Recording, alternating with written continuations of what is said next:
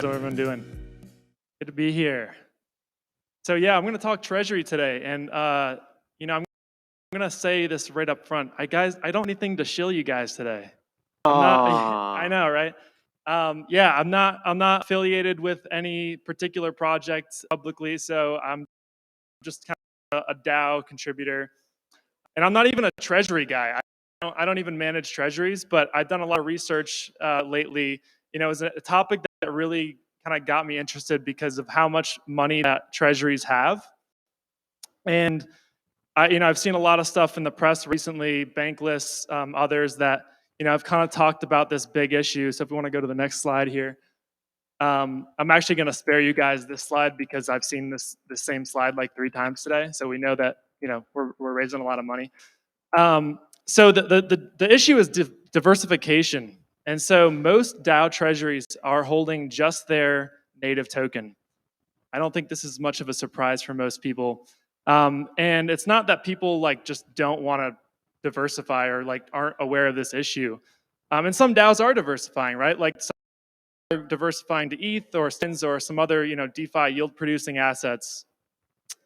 But I wanted to figure out why we aren't just diversifying more, right? Because if you think about modern portfolio theory and kind of traditional financial kind of know-how, you would think that you would want a portfolio because a treasury is literally just a portfolio in some ways.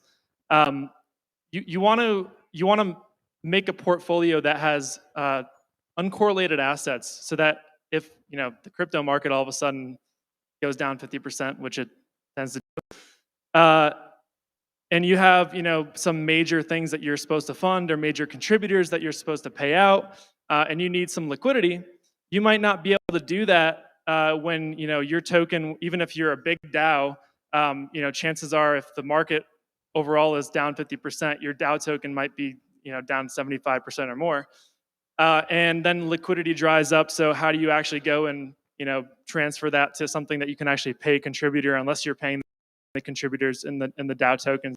Clap for them. But I think just in terms of long-term sustainability for the space, we really need to think about how we slowly over time start to diversify, both in crypto and outside of crypto even. And so some of the key challenges to this is, one, liquidity, what we kind of talked about, where a lot of these DAO tokens just don't have any, they might not even be on a DEX, or if someone is going to sell, the DAO is going to go and sell $3 million worth of tokens, they might not have enough liquidity to go do that on the open market, even over a course of 3 months. And so that leads us to, I think, one of the biggest issues of this is community, where oftentimes, and I'm not saying that the issue is the community necessarily, but it's just a challenge in the sense that when you're trying to sell tokens that other people are holding, they're generally not going to be too receptive to you selling those tokens. And if they're the ones that are also governing the DAO and the ones that are either writing or voting on those proposals, if you come out even with a really, really great proposal to go diversify a part of the treasury, a lot of those people might think, well, what are you doing? This is going to hurt me. This is going to hurt, our token value in the short term, and they might not be thinking about the long term. And so that is an issue, along with other tools and infrastructure. So we all know that tooling is pretty nascent right now, and there's tooling to support treasury managers to invest in assets in crypto. Maybe not a lot, maybe not as much as treasury managers want, but there is that. But then when we start thinking about how we diversify outside of crypto, that's kind of just an open field. Nothing's even there yet. And so that kind of leads into best practices and then all the legal stuff too, right? Like if you want to go own real estate or get exposure to real estate as a DAO, or stock market or any other type of asset outside of crypto, generally you're going to need to be some type of legal entity to be able to do that. And so all these barriers kind of challenge a DAO's ability to diversify. You can go to the next slide. I don't think there is a next. There should be more. I built more.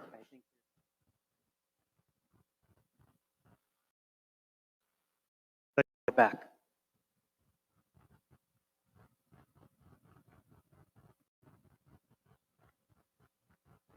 All right. Well, there might be a few more slides, but we're going to go check on that. Should I riff or should I tell jokes? Just riff. Just riff. I'm a horrible comedian, so.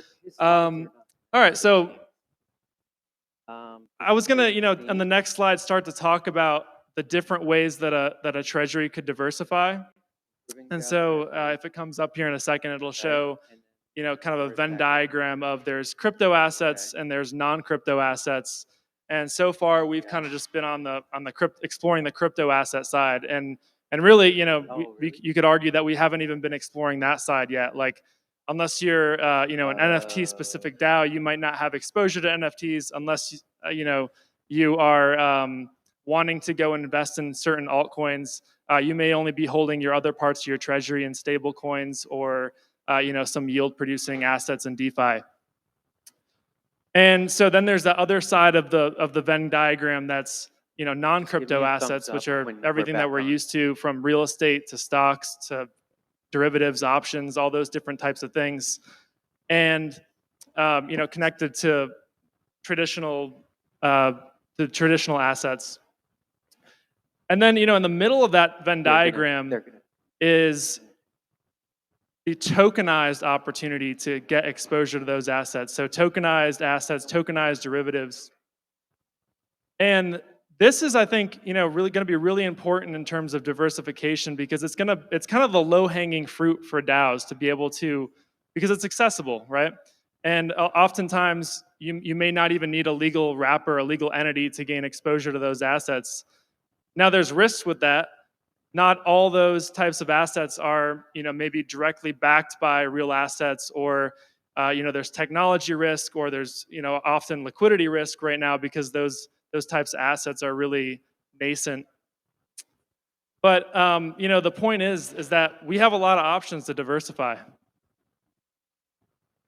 And so I can ask you a couple of questions just while we're waiting. They're fixing up those slides. Sure. But in terms of diversification, have a seat, get comfortable.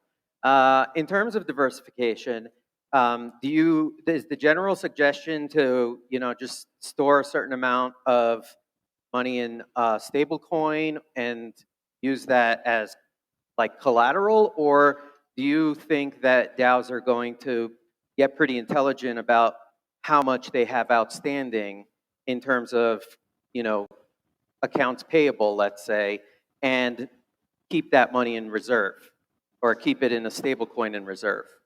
Yeah, so I think it's kind of a mixture of everything, right? Like, you need to have, like, it's just asset allocation, and it's figuring out of all the different things that DAO needs to do. Like, it may need to, whether it's running on seasons or whether it's running on a yearly budget, it needs to understand like how much it needs to pay its contributors, it's for marketing, for development, whatever its initiatives are.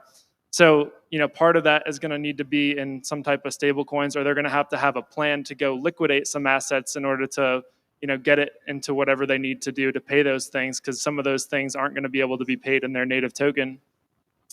And then on the investment side, it's about growing the treasury over time and making sure that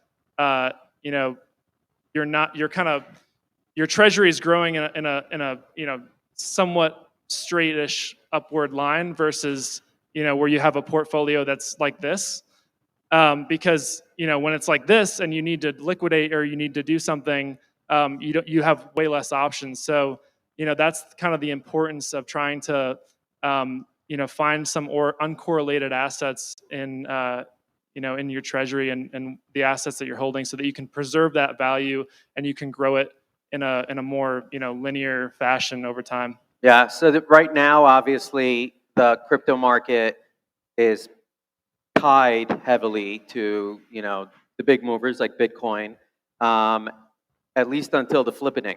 But let's say the flippening happens and the crypto market is no longer so tethered together.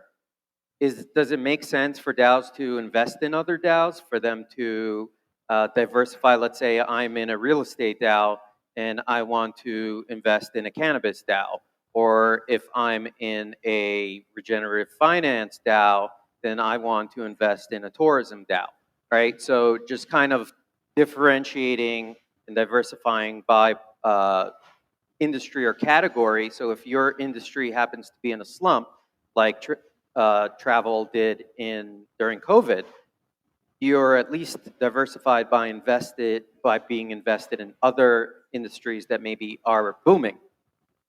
Yeah, no, I think that's a really, really good point in that. So there's kind of two parts to unpack here. One is that there is, I'll call it alpha, or there's assets or categories within crypto that maybe move a little bit separately or are less correlated, or that move in different trend cycles, like NFTs or maybe DAOs or whatever those different categories are.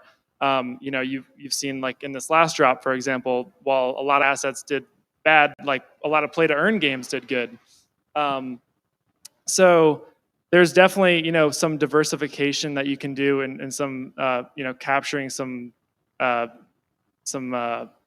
uncorrelated type of assets by diversifying within crypto. Oh wow, we have my slide, and I forgot what the second part of your question okay. was. Just go ahead with your presentation. All right, awesome. I think I'm actually going to skip this slide since I already kind of went over that. So if we want to go one more. Awesome. So I think kind of one of the number one things that we need, this isn't the number one, this is 1 out of 3. But we need accessible assets. And whether it's tokenized assets, whether it's just better legal and regulatory and best practices for making direct investments into some other things like real estate or stocks through a DAO. I think we just need to have more options, and maybe diversification, or the extent of diversification, isn't the same for every DAO. Just the same way that people's risk tolerances vary, and my portfolio might be heavily concentrated into crypto, but your portfolio might be a little bit more diversified because you have a more risk averse appetite. So I think it's definitely possible that it's probably true that DAOs, depending on their community, are going to have different risk tolerances. But we still have those different assets available to them.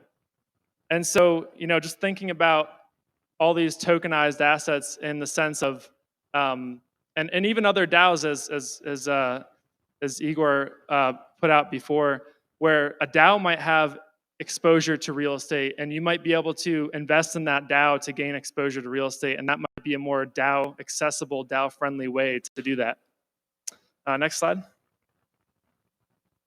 So the other one is we need multi-asset tools. And what I mean by this is we need tools that work across different asset classes, whether crypto or non-crypto. And the world, like the future, is really going to be like we need to look from a portfolio level, whether individually or from a DAO level, and make things work where we can aggregate insights from every asset that we own and have like a full picture of our risk. Because right now, if anyone out here, like, who owns both equities and crypto?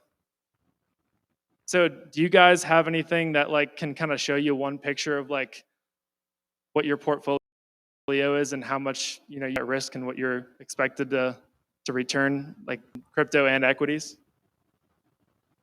Excel sheet, yeah. So exactly, like we need these types of tools so that we can do proper risk management, especially when in a DAO setting where most of the people making decisions aren't just it's not just someone up above and like a treasury manager who's kind of just pulling all the strings. It's the actual community. So kind of leading to point 3 here, next slide. We need the community, and we need the community to be educated about these different portfolio and financial literacy, essentially, and be able to have good relations with the treasury team and the treasury. Those proposals, makes their why they need to diversify, why they need to do X, Y, and Z to sustain the treasury over a long period of time. They need to be able to make that point clearly and be able to communicate that, and also provide some options. For example, if the community is maybe upset that or worried about the DAO going and liquidating a bunch of native tokens, there's options around, lending or borrowing against those tokens so that you can, get some stable coins or something to pay your contributors out and still preserve, the tokens that you have on your balance sheet.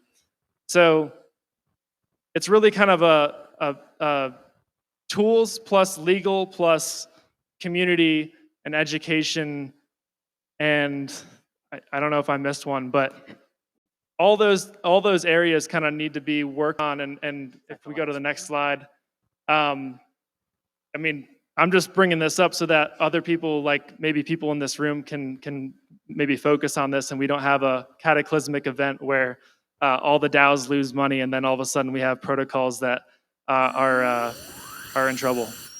Awesome. David Steen, everybody. Thank you very much.